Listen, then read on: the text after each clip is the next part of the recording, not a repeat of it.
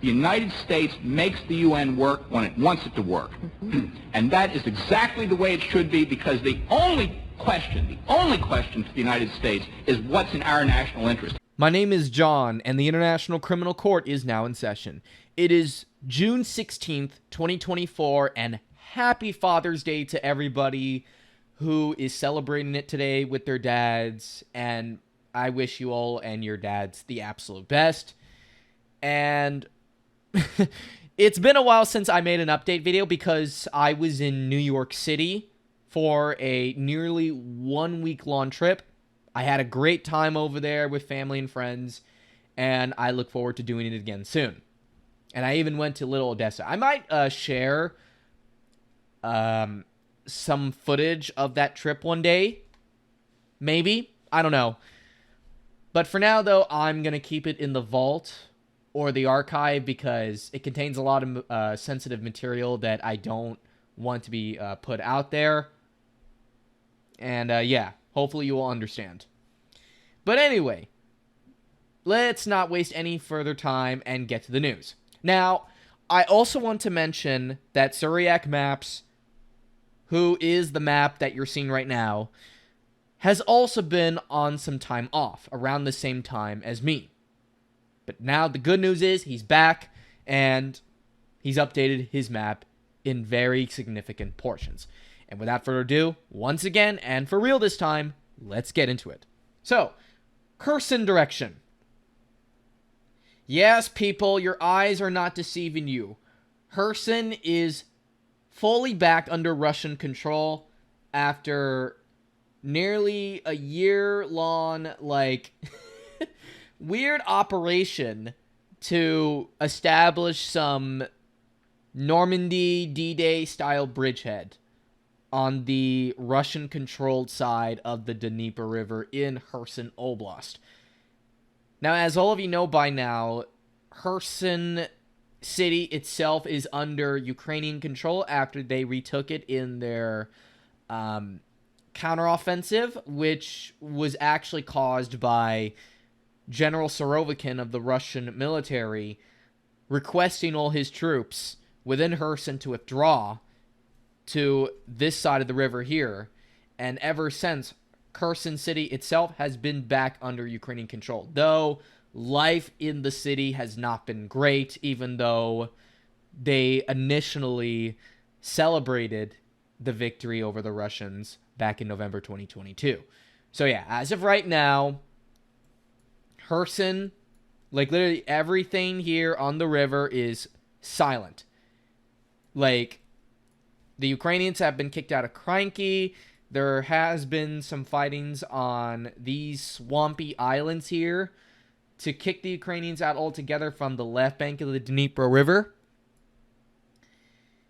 And I wouldn't be surprised if they're all mostly gone by now, because something to point out is this is not even the Ukrainians' main concern right now, because as all of you know, the Russians have attacked northern Kharkov or Kharkiv Oblast in northeastern Ukraine, and for obvious reasons, Kherson is nothing more than sort of like a dead front. This is no longer a priority for the Ukrainians, because Kharkiv is clearly more important to them. But yeah, so other than that, dead front, dead front, dead front. Now, in the Zaporozhye sector, Robotone is secured by the Russians, though artillery duels are still a common occurrence there. I did hear the Russians have gained some ground, like in this area here, which is southwest of Guleapol. I even heard Russians are advancing a bit south of Orkiv or Orikov, though I don't know any major specifics. But yeah, that front is dead too, for the most part. Velika Novosilka sector within Donetsk Oblast. Oh boy, this place is heating up. So, as far as I'm concerned as of right now, Staromaisky, which was captured by the Ukrainians last year in their summer WoW offensive, which had failed spectacularly, has fallen to Russia. And as of right now, Russians are advancing in Orozhaine. And apparently there is fighting ongoing for the center of the village. And I did hear that the Ukrainians do have some defensive fortifications in this area here, so the Russians may have a difficult time completing the retaking of this village. But because it's all lowland areas, I don't know if it's going to be as difficult as, like, for, say, like Chaza VR, for instance, where it's all, like, high ground-based areas. But yeah, as soon as Orozhaine falls, then I don't honestly know if the Russians are going to have that much difficulty in retaking Makarivka, Storozhivi. The only one I think that could pose as a challenge maybe is Balo Godatny, Niskuchny, and Vermivka. But yeah, the further north they go, it's going to get more difficult. But don't be surprised if, like, somewhere down the line, we see a battle for Velika Novosilka itself proper. And the importance of Velika Novosilka, which is sort of questionable, is that it's a gateway into Zaporozhye Oblast. And it has a road that goes, like, eastwards towards Russian-controlled areas that are just south of Ugledar. And there's a road up north that sort of goes to this cross-section here. One direction goes to Dnipropetrovsk Oblast, and the other direction goes to Kharkov. And speaking of which, let's discuss it right now. So, Kharkov. We got to talk a little bit about this pretty sizable town on this very nice-looking river here, the Volcha River. Very industrial, and is home to a lot of commie blocks. So, Kharkov is essentially like the center, like the major, like, strategic hub, like logistics hub of Ukrainian forces in southern Donetsk Oblast. And the Russians are inching closer to starting the fight for it. Because just recently, Georgievka has fallen to Russia, which is a sizable village located west of the Donetsk suburb Mariinka, which had been contested for nearly 2 years since the start of the Russian invasion of Ukraine. And as far as I know, as of right now, Anivka is about to be contested by the Russians. And unfortunately for the Ukrainians, this town is going to be the very last thing that separates Russia and Kharkov. Because as soon as they take this town here, then the battle for Kharkov begins. And as far as I'm concerned, the Ukrainians are really defending this area very well. Even though it is one side besieged by water and also is on lowland areas. Because Kharkov, from what I understand, is very flat, and it doesn't have a lot of things defending it except maybe this water barrier, which is the Volcha River. But yeah, later this summer, the battle for Kharkov is going to begin. And as for the Ugledar sector, the Russians are doubling down on this area. They recently took control of the village of Paraskovivka, and they're about to enter the village of Konstantinivka. Not to be confused with the big Konstantinivka located southwards of Kramatorsk, which is the big city, like the final frontier of the Donetsk Oblast, that is still under Ukrainian control. But yeah, once Konstantinivka falls to Russia, then the road to Ugledar is busted open. Like, the battle for Ugledar, like the third battle for the town, can actually begin. And this time, I wouldn't expect Ukrainians to win, because by that point, the Russians will have control of this supply route here. And Ukrainians will have like little to no chance of actually being able to escape the town, which is all nothing but commie blocks. But commie blocks though have served a very good purpose for the Ukrainians though in this war. They served like as a very reliable defense barrier against Russian FABs. And also there's a lot of basements in these buildings too, so they use them as cover, which prevents more casualties from being like, I don't know, from being endured. But yeah, Battle of Uglidar, I think, will begin later this year, though I am not certain how soon it will be, because you have battles for Kharkov and Konstantinivka that have yet to take place, and honestly, I wouldn't be shocked if Uglidar just falls because of either of these two falling. But I do believe that the fate of southern Donetsk Oblast will be decided in Kharkov, not Uglidar. Kharkov. Krasnogorivka. Russians are advancing in the suburban areas, and the battle for these commie blocks here is ongoing, but it seems at this moment that the Russians are focused on taking the suburban housing areas here. And do not be shocked if this area all falls like quite easily for Russia, because it's all flat. And the Russians also control all of the strategic areas that are overlooking these commie blocks. And now it's 100% confirmed with geolocations that the Russians do, in fact, control all of southern Krasnogorivka. And they control also the eastern parts of it, too. So now all that's left is really the northern residential areas, including the commie blocks and the hospital here. And that will be it. But I feel like the Russians are going to focus more on the suburban housing areas because, I mean, the road, there's not a lot of ways to leave Krasnogorivka at this point if you're the Ukrainians. They'll have to leave at some point. They cannot stay for much longer. But knowing their pride, knowing their big ego, which is mainly Zelensky's ego, I don't think they're going to leave Krasnogorivka. They're going to die fighting for this town. They will. And it doesn't matter if they win it or lose it. And a little bonus, by the way, Nivelske, half of it has been reported been retaken back by Russia after the Ukrainians took it a while back ago. And it kind of shocks me that Ukrainians are still here because it's very pointless to still be here. Because Pervomaiske and Nataliove are all under Russian control now. And I just don't think it makes any sense for them to stay.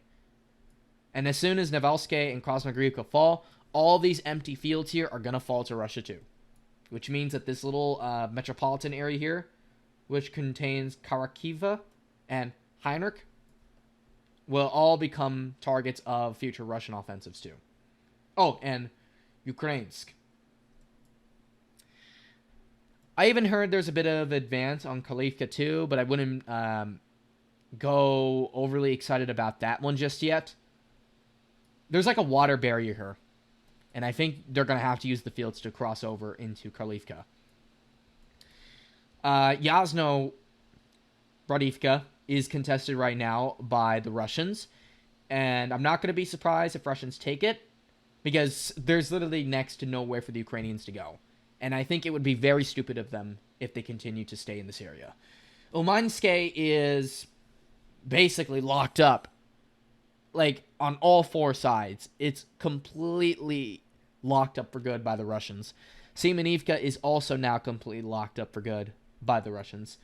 Novopokrovsk has been completely taken by the Russians. This is huge because now they'll be able to take sort of like this final area here. Novoselivka, Persia.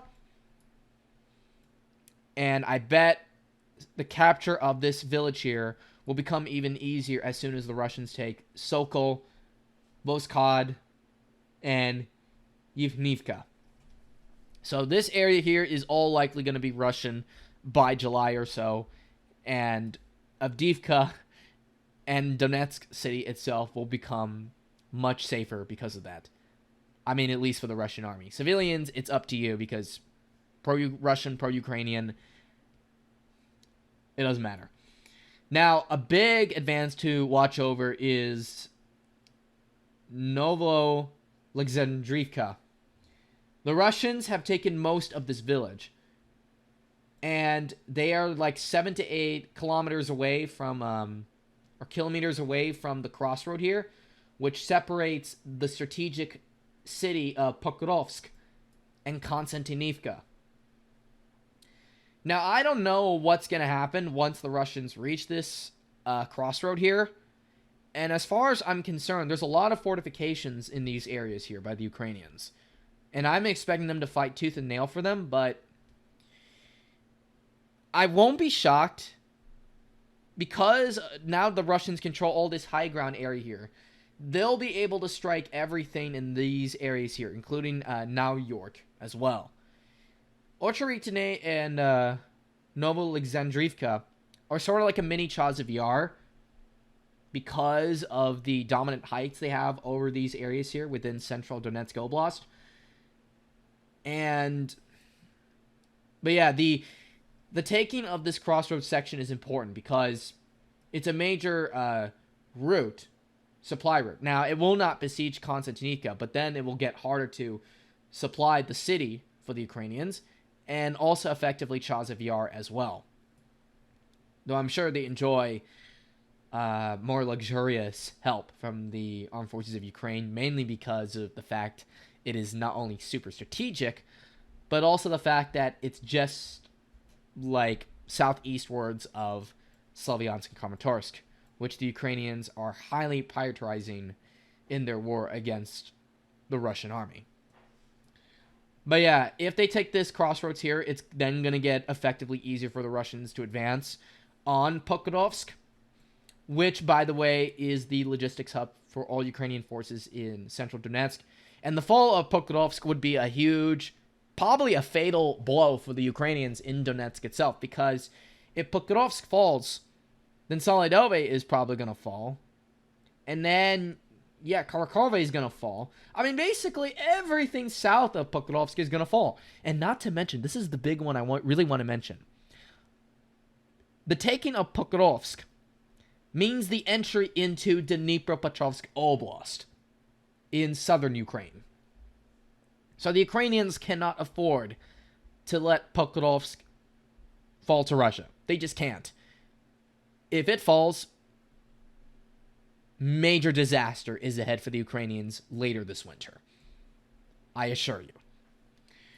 And speaking of Chasiv Yar, the Russians were repelled from the village of Kalenia.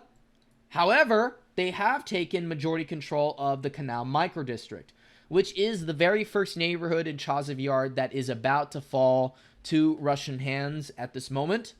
They have taken control over most of the commie blocks here, though there are still a few to go before they can establish complete control over the Canal Microdistrict. And once they're done doing this, I'm expecting the Russians to cross the Sovetski Donetsk Donbas Canal, maybe into these forested areas here, and then they'll try to flank the Ukrainians within the Novo neighborhood too, within Chasiv Yar. But yeah, Chasiv Yar is a very complicated situation, but it favors the Russians at the moment, in my opinion. Though, I would say at this moment, it's sort of like stagnated. But yeah, as of right now, I would say the Russians have the advantage at this time. Klashivka, Ivanevsky, all locked up, though I would say Ukrainians are still trying to fight for the heights over Klashivka. And Zhivka is firmly now under Russian control again, as it was when Wagner took it a while back, last year in 2023. And the Russians have also started their offensive in the direction of Siversk.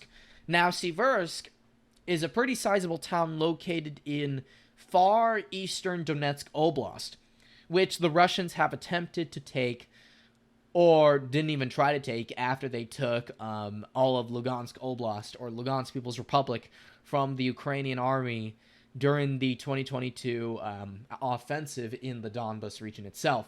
I mean, literally, after they took Bilogorivka, they could have started the assault for Siversk, but they weren't able to do so. But now, Bilogorivka is for the most part under Russian control now, including this chalky landfill area here. So now it's slowly returning to what it was during summer 2022, when the Russians essentially had control over the whole situation over there. And Ukrainians are reportedly having problems in this village here, which is Rozdolivka. And I wouldn't be surprised if they end up retreating and go to defend the areas of Perizhny and Fedorivka. But yeah, I would say, just by judging by the advances here, especially south of Vimka, I would say that the battle for Siversk is about to start.